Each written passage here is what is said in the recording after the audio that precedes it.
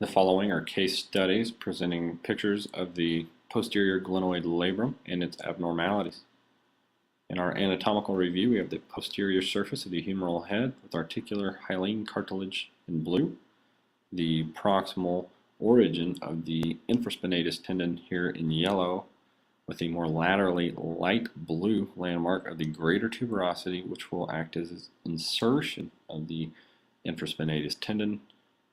Highlighted here in green is the spine of the scapula with a red posterior acromion process, which serves as a great palpation point to begin the examination of the infraspinatus tendon.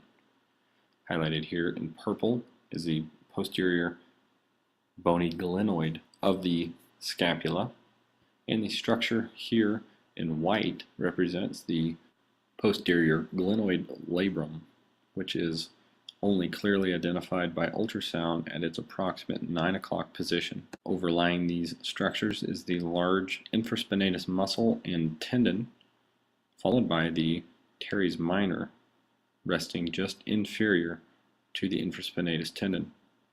Corresponding ultrasound image here of the posterior glenoid labrum. We have highlighted here the bony glenoid of the scapula, followed by a highlighted image of the bony posterior humerus with a dark rim over the bone representing the posterior articular hyaline cartilage.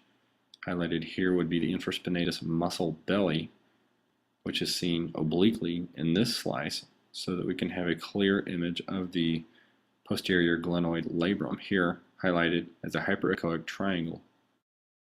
Internal and external rotations are great dynamic maneuvers for the posterior glenoid labrum.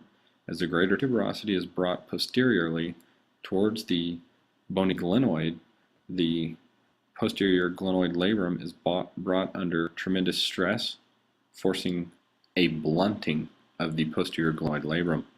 Seen here is a disruption of the normally homogeneous pattern of the posterior glenoid labrum. On external rotation, this becomes even more noticeable as the tissue interfaces are brought together and then relaxed under this dynamic stress maneuver.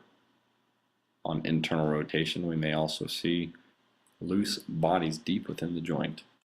This image of an external rotation reveals a false joint effusion, what looks like a large hypoechoic structure protruding from the posterior joint surface is actually just contracted muscle belly, which contains a large amount of water, as well as a high incidence of anisotropic artifact due to the angle of tendon insertion.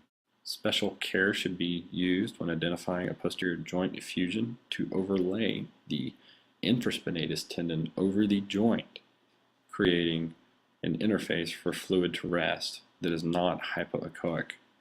By bringing this hyperechoic interface over the joint space, it is easy to identify joint effusions.